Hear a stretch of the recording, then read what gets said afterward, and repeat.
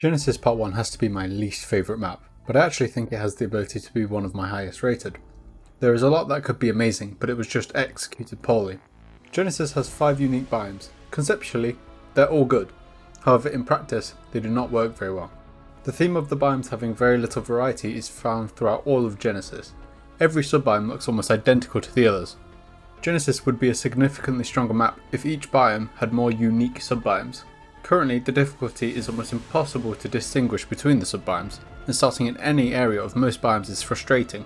For Ascended, making it so there are more clearly defined areas, each with varying levels of difficulty that match the environment, would make Genesis a much more consistent experience.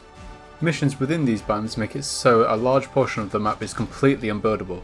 This could be fixed by having the missions be outside of the map like Genesis 2. Even without the non-build sections, there are very few good base locations in comparison to other maps. I really hope Wildcard take this into account and modify the terrain to be more accompanying to bases.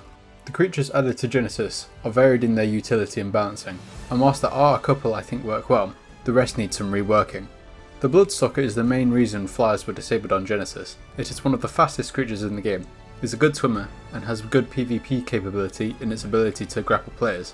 Personally, I find the bloodstalker to be annoying. I think it would be better balanced if it had the speed nerf, as in my opinion ARK was made too fast paced in terms of movement. I also think that the taming method in terms of the efficiency of the tame is overly annoying, and reducing it so that taming using a blood pack doesn't reduce any efficiency is enough to make it fair. The ferox is simply bad. It isn't overly strong, requires elements to tame and use, and will eventually get addicted to the element and stop working. The Pyramid is a creature that can transform in an instant, so why shouldn't the ferox receive the same treatment? Make the ferox able to transform with no element cost, buff the stats when large, to make this creature a worthwhile investment of the envelopment required to tame it. The Astro is another bad creature. There are almost no uses for it. It is large, slow and weak. Its flight should be made slightly faster, its warp should have a faster charge and reach further. I also believe that it should be given a teleport ability, where it can choose a location on the map and take 30 seconds to teleport to that location, with a long cooldown between teleports. In addition, the turrets are almost useless, so buffing them to actually do damage would boost the Astro into an incredibly strong tame. The Mega Shellon is currently only useful for PvP as a Circa, though even then it isn't overly applicable. Its taming sucks, with it being so easy to have ruined. Make the swarms less difficult, and have it tame faster. In addition, PvE needs something that makes it worthwhile for them, so giving an ability that makes it more useful for them would be a good change. It is clear from the Shastasaurus development that having the buildings on a Mega Shellon retain their oxygen is not possible, therefore some other ability should be implemented. There are only 5 unique creatures to Genesis. The maps before had a lot more content, so I really do hope Wildcard decide to add a few more to make the map more diverse.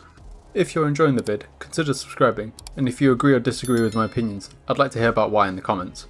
The X creatures provide a good change from the originals, with better colour regions and the volcanic X creatures having a cool glow. The slight stat changes are welcome to those who value certain stats over others. I hope the volcanic variants have the glowing areas as a colour region, as it is currently limited, and having custom glowing colours on my X Rexes would be amazing. No real complaints about the creature variants from me. I quite like that there is variations available to us. On the topic of dinosaurs, however, we are likely to get 2 creatures in addition from Genesis.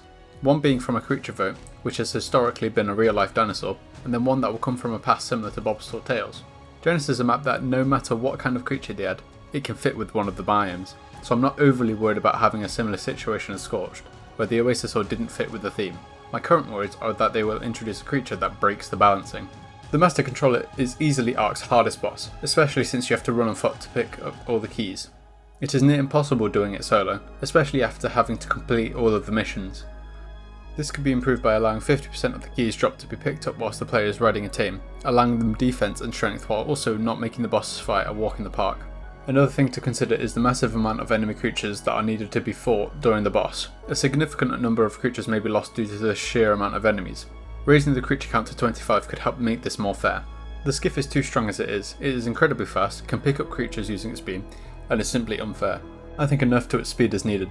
As I said before, I think ARK became far too fast in terms of air movement. There are other methods of nerfing the skiff, but I believe the speed needs reducing at a minimum. The Genesis missions were an interesting addition, and had they been done right, they would have been a great feature. Unfortunately, they were not. Genesis's missions restrict the playable area, so much so that a lot of players don't like playing this map simply due to not being able to burn in most locations. Another issue with them is that they are too difficult to solo, requiring both speed and strength. with even a giga not always being enough. I seriously believe that the missions need to be both out of the playable area like Genesis 2, and pick what they want, either a fight requiring a strong team or some other task that does not involve overly difficult combat. Having both simply makes solo play nearly impossible. Conceptually, Genesis could be one of the best maps in the game. It has such varied biome ideas, with some solid creatures to back it up. I really hope Wildcard learn from the mistakes they made with this map and aren't afraid to make some drastic changes to better the experience.